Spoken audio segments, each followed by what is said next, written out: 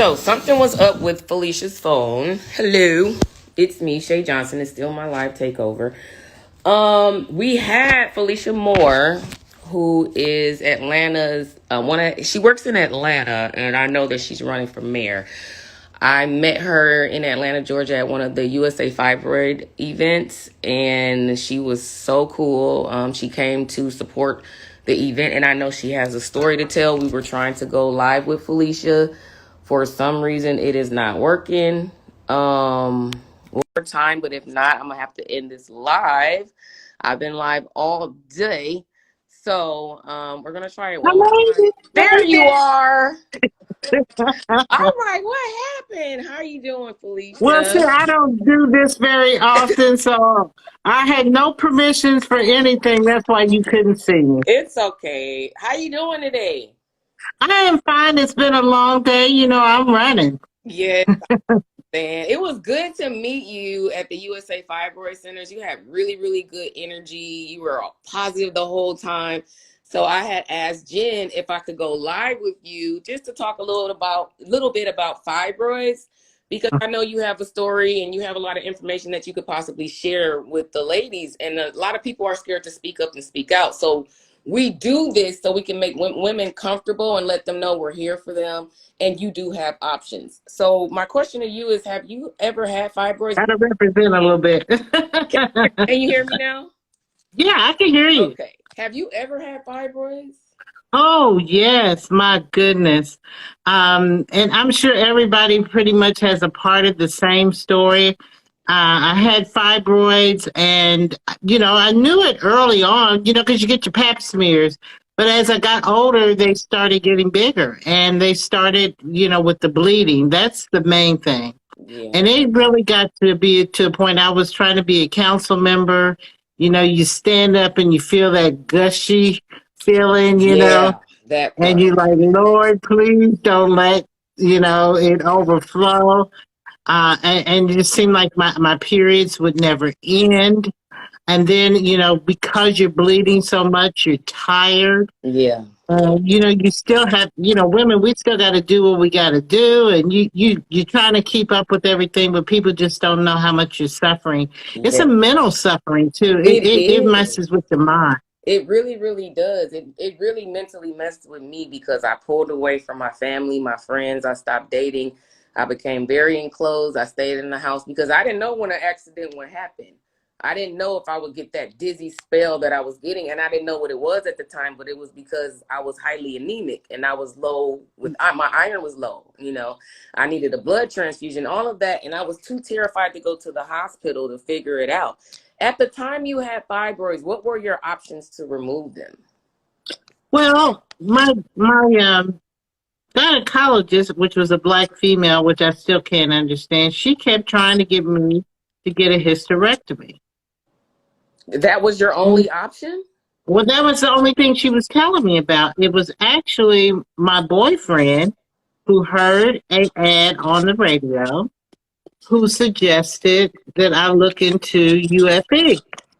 Oh, wow. And so I went to her and I said, well, what about UFE? And she was like, well, you just don't need to mess with this. You just need to go ahead and get a hysterectomy. She kept trying to push me for a hysterectomy. And I said, no, I want to know about this UFE. And so she gave me a pamphlet.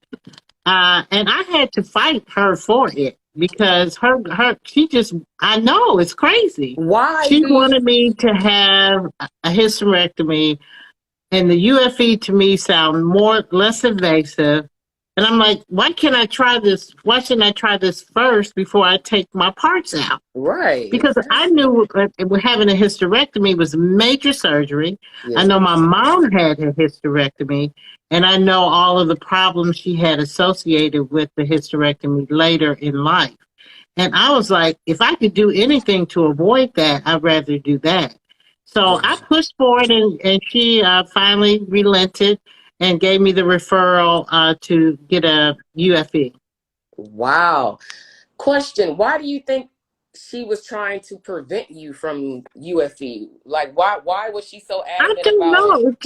It just, I don't know that if it was money motivated That's what because, I'm thinking. major That's what I'm major thinking. surgeries are more money, or if she just felt that it was just something, your uterus is just something you can just throw away and get rid of the problem.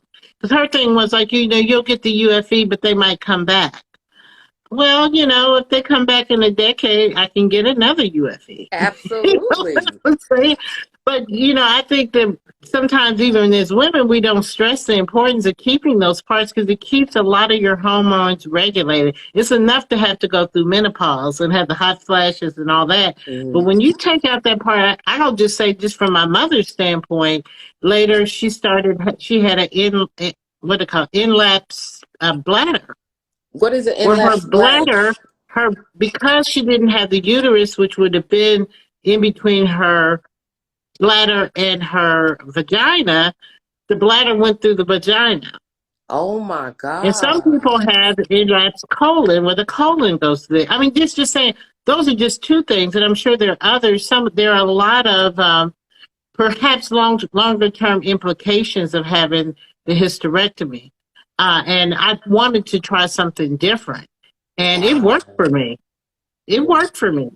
And you know what? It's a blessing that whomever referred you at that time to UFE because literally your option was to rip a piece of you away and that was it. Not with no other option of UFE. It's really, really sad that money is the motive. And that's just how I feel. It's just an opinion of mine. But I feel that women are forced towards the myomectomy or hysterectomy because it costs more to have that surgery done versus going to have a non-surgical UFE, uterine fibroid embolization. So that's why I'm trying to push women to go to USA fibroid centers because they have the option of UFE.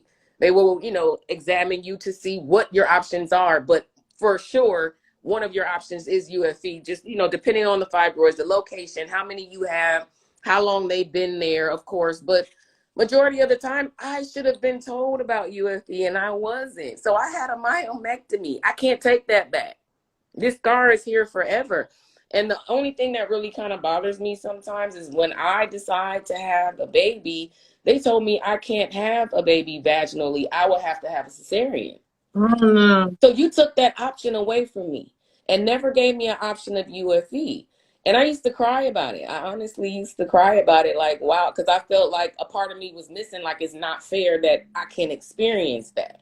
So I appreciate your story and I just really hope that you continue to speak up and speak out on your situation because it's really sad to hear that that was your option and they gave you no other. Like I'm so sorry that that happened to you. I know didn't That's happen why yesterday, we but as women, we've got to take our power in our own hand. And I'm just blessing you to continue to spread the word I and will. use your platform and your celebrity to speak out because the more of us talk about it, the better we are and more people have that information.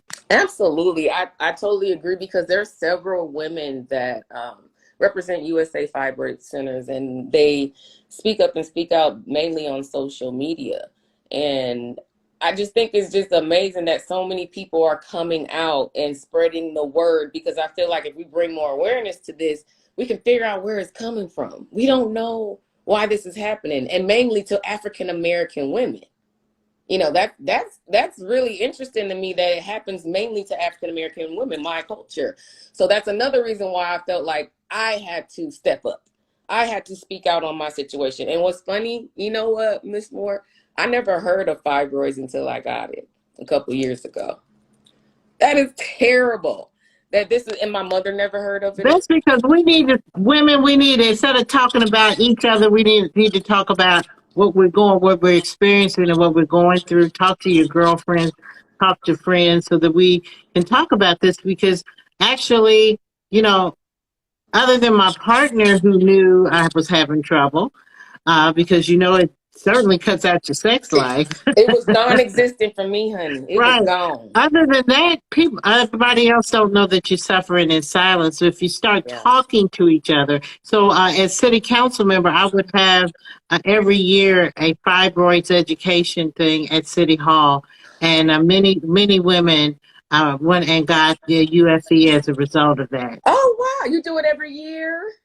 Well, I haven't done it recently. I'm running for mayor now, but I Well, was doing it every year. if Hmm. you do decide to do it, can I help you? Can I be involved? to Sure, be a sure. part, I would love to be a part of that because a lot of women think that in the UFE procedure, it's covered by most insurance companies, right? And a lot of women don't know that your insurance will most likely cover this non-surgical procedure. So, ladies, if you're out there and you're having any symptoms of fibroids, pelvic pain, back pain, extended menstruals, blood clots, it feels like some type of ball or knot in your stomach, check out USA Fibroid Centers, and they will give you a possible option of UFE, uterine fibroid embolization. And just know all your options before you make your decision. Felicia, you are amazing, girl. Thank you. We will talk soon. I appreciate you for sharing your story with me on my live, Shay Johnson's live. I took over today, and you are my last live that I'm having today. And this was an amazing conversation. We will talk soon. I know it's late, but thank you for coming on and talking to me. And we'll talk soon. I'm making sure Jen calls you because I want to be a part of that. I know you're running for mayor, and you got my vote. I got you, girl. You got my vote. But when you Thank you. do, if you do continue to have your fibroid event, even if I have to come in and I'll do anything you need me to do, just know that I got you. Okay. All right. Well, thank you. And thanks to everybody. Spread the word. You do not have to get a hysterectomy. There is an answer out there. Yes. Thank you, Miss Moore. Bye bye. Bye. I don't know how to cut myself I'll off. cut it.